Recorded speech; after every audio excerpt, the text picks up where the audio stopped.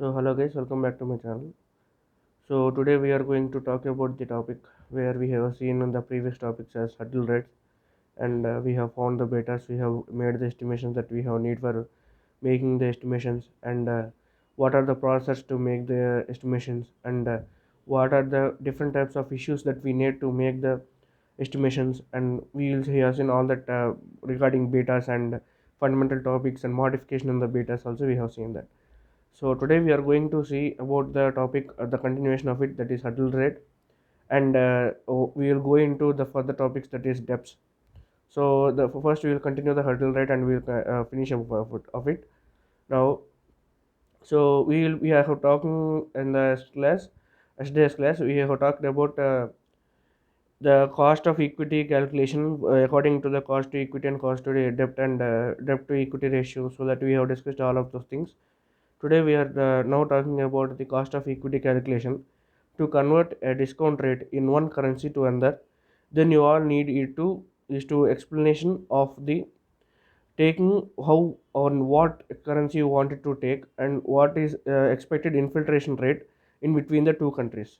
So here we can say that, so 1 plus dollar means we have taken the US company as an, if you want to change from the US company, so 1 plus dollar cost of equity is equal to 1 plus inflation rate of the Brazil, means that is whatever the currency might be in the Brazil. And so but suppose if we take here, we wanted to convert from Indian rupees to American currency, US dollars, then you have to do 1 plus dollar cost of equity is equal to 1 plus infiltration rate of the India per 1 plus infiltration rate of the US.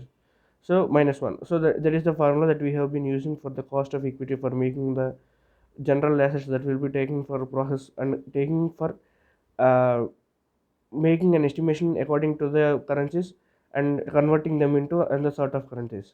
So we will be, as now, as of now we have only talked about the estimating the betas for traded assets, but now we are going to talk about the estimating the betas for non-traded assets. So the conventional approaches for estimating the betas, or the actual way of approaching the beta estimations from the main process of making the fundamentals is from regression. So that here the regressions will not be workable for the assets which do not be traded. Means here we can finally say that the conventional approaches of the estimating betas from a regression do not work for the assets that are not traded. So there are no stock prices, historical returns that can be used to compute the regression between the betas. So here the total risk or the market risk will be shown as of where the market risk, total risk will be, or the market risk will not be having any sort of historical returns, means historical basic sorts of any idea or implementation about it, and there will be no exchange stock prices for that. So that the total risk versus market risk will be coming into the play, where the adjustment of the beta to reflect the total risk than the market risk, means we will be estimating the total risk rather than the market risk, so that the total we will be going according to the total risk, and in which it will be mixed with the market risk and the several risks. So the several other risk will be actually maintained in or added or cumulatively called as the total risk. So we will be taking the total risk as the main criteria here. The adjustments in the relatively simply one will be equal to, because the square of the regression r square values will be measured to the proportion of the risk of the market risk. So total beta we will be taking as here, total beta is equal to market beta by correlation of the sector with the market, means what item the market is going, or what item the product is going out on, what item the basically the market has been established into, how much of crisis is there, how much long pull is there, how much the efficiency is there with this in this product in the market, how much demand is there for this in the market. It will be all taken into the criteria, so that the total beta will be taken out of it. So application test. So application test means, as we know, as I said, no, the market influences will be there so much on a product when it is launched. So here we will be estimating the bottom up bias data.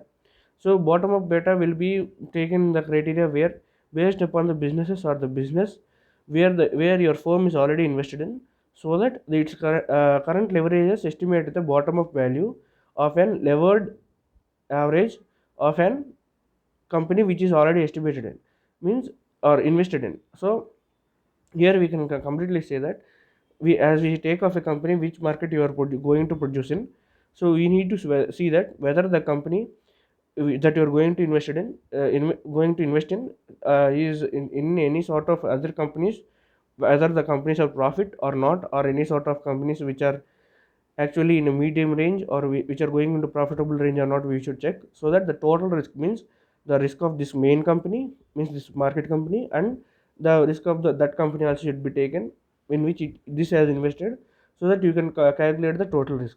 So the data sources you can get by unlevered data. So unlevered data we will be getting from many sorts of S&P or different types of applications, or but we will be getting industry by website that will be going for up to date information. We need any sort of information to be changed frequently, so that we will be getting any sort of output accurately or estimation accurately.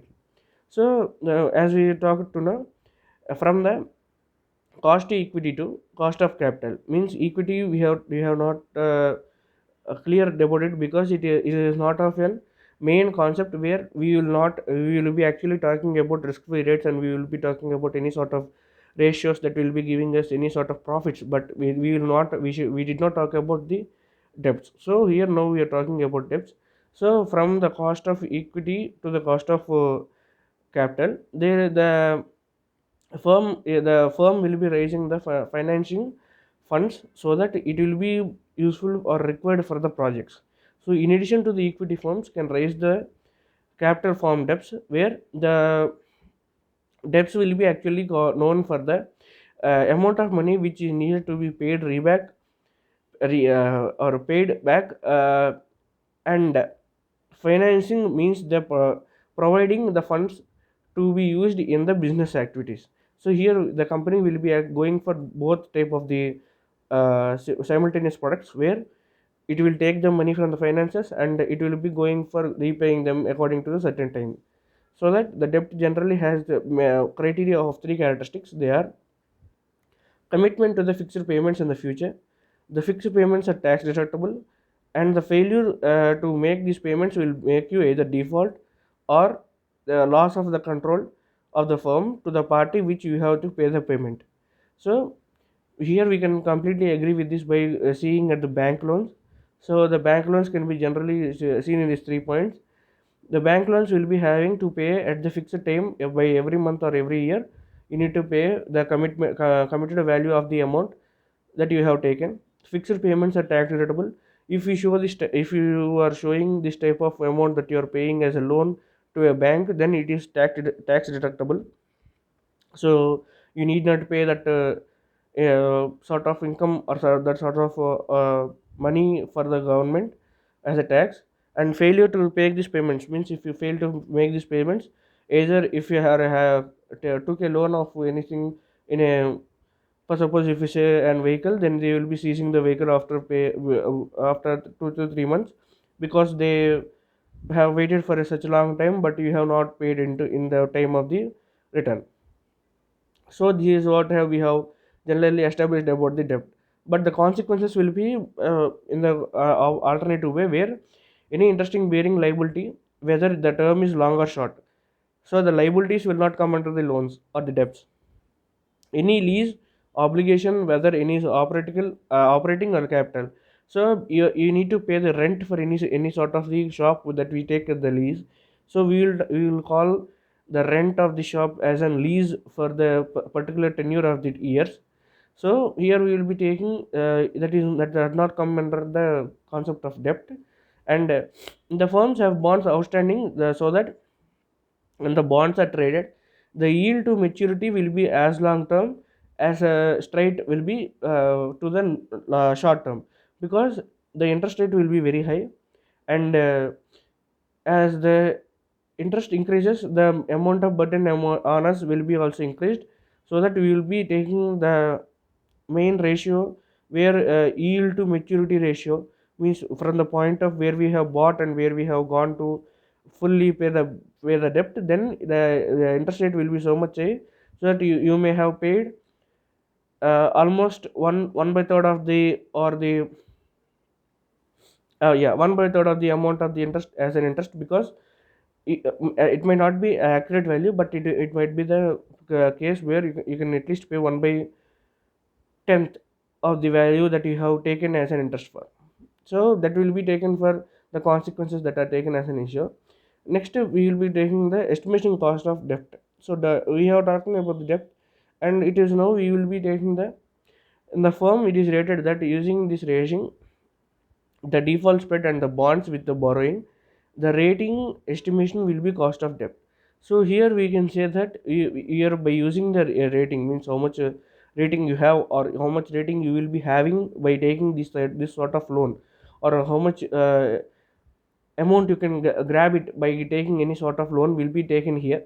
So that a general mode route will be, a more general route will be the estimating synthetic ratings, so that the ratings will be taken in the ratio where interest coverage ratio will be taken as an main part of this.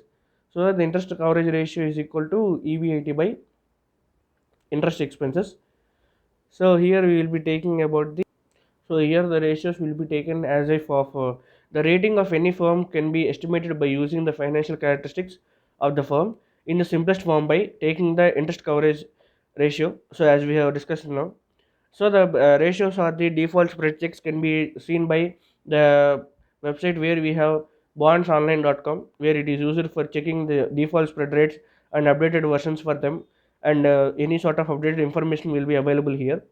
So this is all we have known about the hurdle rates, and we have moved on to the next topic, which is the depths, and we will be going on further towards the next topics. Thank you.